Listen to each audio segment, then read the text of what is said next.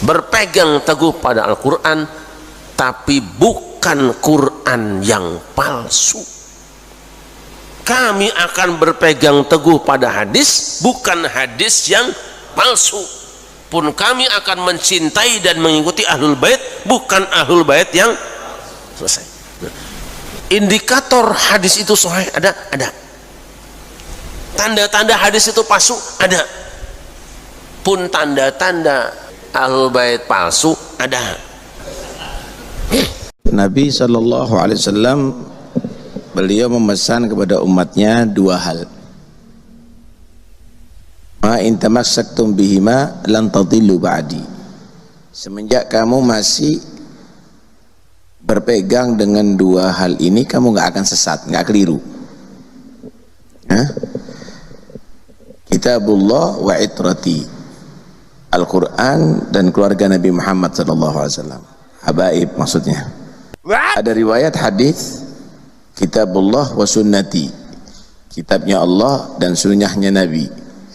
Berarti tiga hal yang dipesan dengan Nabi. Kalau dijamak ini dua hadis, Al-Quran, hadis dan Ahlul Bait. Al-Quran, hadis dan habaib. Aku tinggalkan di tengah kamu dua perkara. Selama kamu semua berpegang teguh kepada keduanya, maka kamu tidak akan tersesat selamanya, yaitu Kitabullah dan sunnah Rasulnya. Nah, udah selesai. Wajib berpegang teguh kepada Al-Quran dan sunnah, atau Quran dan hadis. Dua itu pegangan umat Islam garis besarnya. Belakangan, dan sebenarnya sudah lama, saya sempat menyaksikan sebuah video,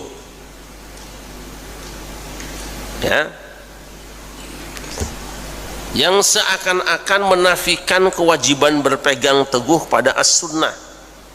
Karena apa? Ada hadis yang redaksinya sama dengan yang tadi, tapi ujungnya berbeda. Taraktu fikum ma in tamassaktum bihi lan tadillu abadan, kitaballahi wa itrati ahla baiti. Aku tinggalkan di tengah kamu sesuatu yang jika kamu berpegang teguh kepadanya, kamu tidak akan tersesat selamanya, yaitu kitabullah dan itrahku, keluargaku. Yang benar ini. Sunnah itu adalah ucapan Rasulullah, perbuatan Rasulullah, ketetapan Rasulullah, berkenaan dengan segala sesuatu dengan Rasulullah. Itu banyak laporan,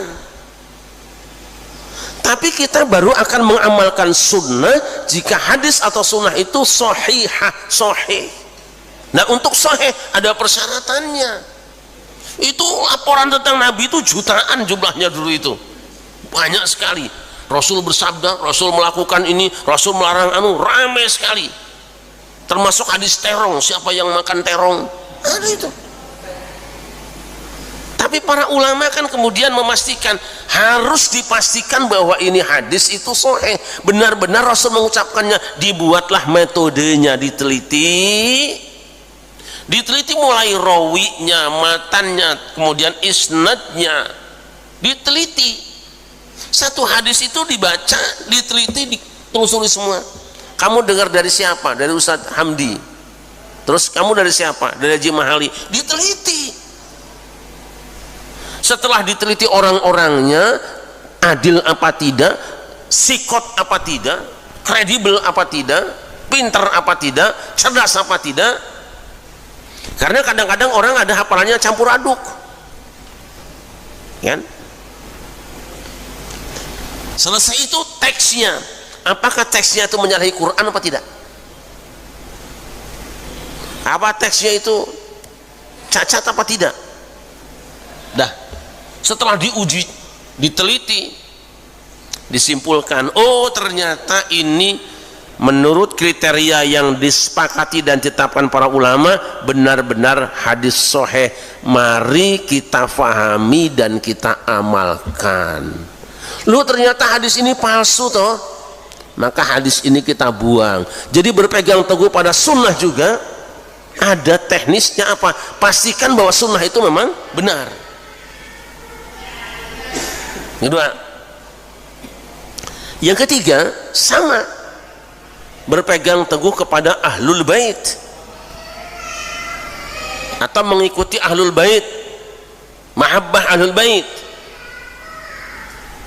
Umat Islam sepakat mencintai ahlul bait itu wajib, walaupun nanti berbeda siapa yang dimaksud dengan ahlul bait, tapi memang mayoritas berpendapat bahwa masih dikategorikan dzurriyyah ahlul bait adalah cucu Rasulullah dari Al Hasan dan Husain atau dari Ali bin Abi Thalib.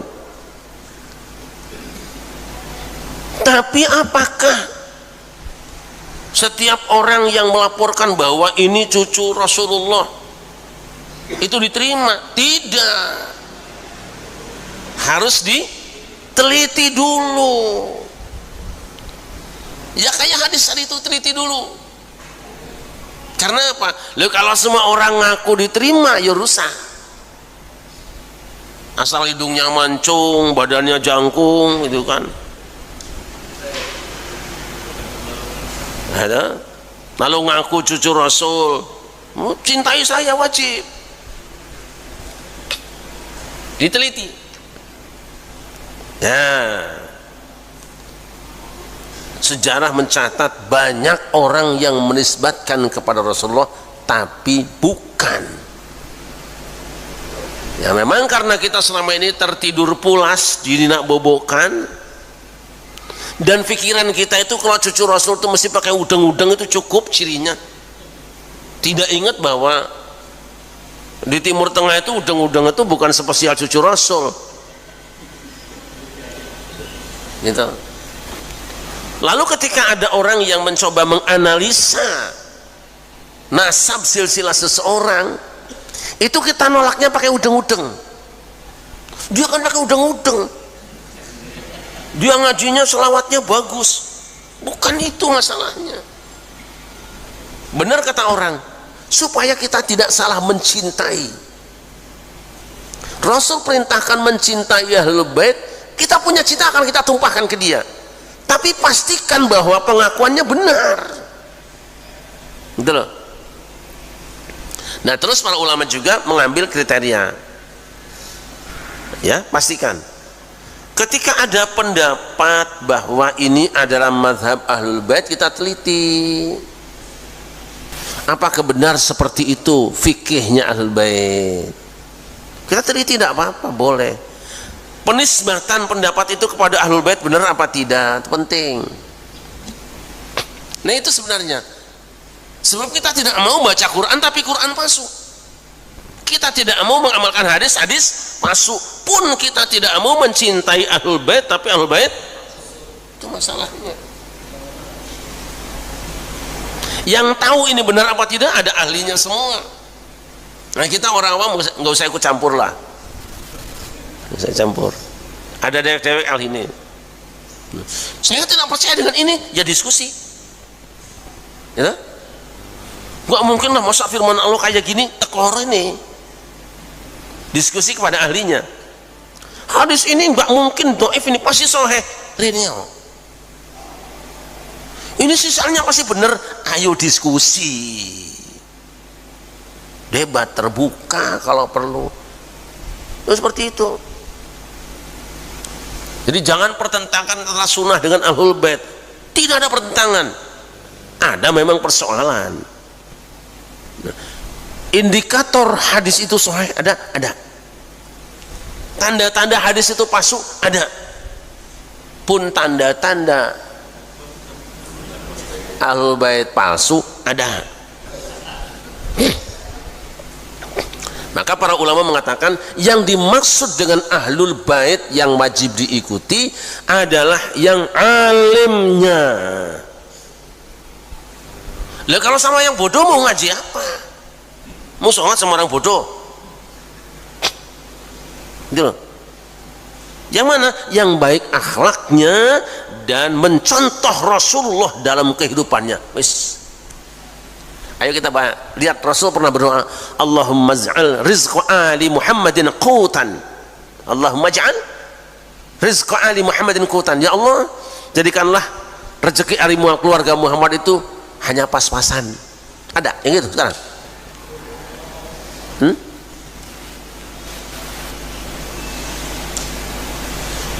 Keluarga Muhammad itu dalam doa Nabi ini doakan, ya Allah, aku mohon rezeki keluargaku itu pas-pasan saja, qutan kafafan. Kira-kira doa Rasul dijabah nggak? Jadi kalau ada yang mewah-mewah itu pas nggak dengan doa tadi? Dua, inna la tahillu lana sadaqah. Kami ahlul bait, sedekah itu tidak halal buat kami. Tidak boleh, zakat tidak boleh, sedekah tidak boleh. Jadi kalau ada orang minta sedekah itu pas nggak? Ngaku cucu Nabi. Ayo. Bagaimana pula kalau orang ngambil kotak amal? Saya kemarin dapat laporan dari seseorang, nanti aja kita angkat, videonya ada. Bahwa seseorang itu jadi kaya raya gara-gara kotak amal di kuburan, miliaran. Anehnya ngaku cucu Rasul. Menzinahi anak orang, ngaku cucu Rasul. Saya tidak nyebut siapa-siapa, hanya modal udeng-udeng. Rasul itu tidak pernah bohong, tidak pernah bohong. Dan Rasul berbicara, ahlul baitin Nabi itu lurus, bersih. Karena kalau mau berbicara, mau berbuat, mau bertindak itu mikir malu, jangan sampai Rasul dipermalukan. Jadi saya ulangi, kami akan mengamalkan Al-Quran, berpegang teguh pada Al-Quran, tapi bukan Quran yang palsu. Kami akan berpegang teguh pada hadis, bukan hadis yang palsu. Pun kami akan mencintai dan mengikuti ahlul bait, bukan ahlul bait yang selesai.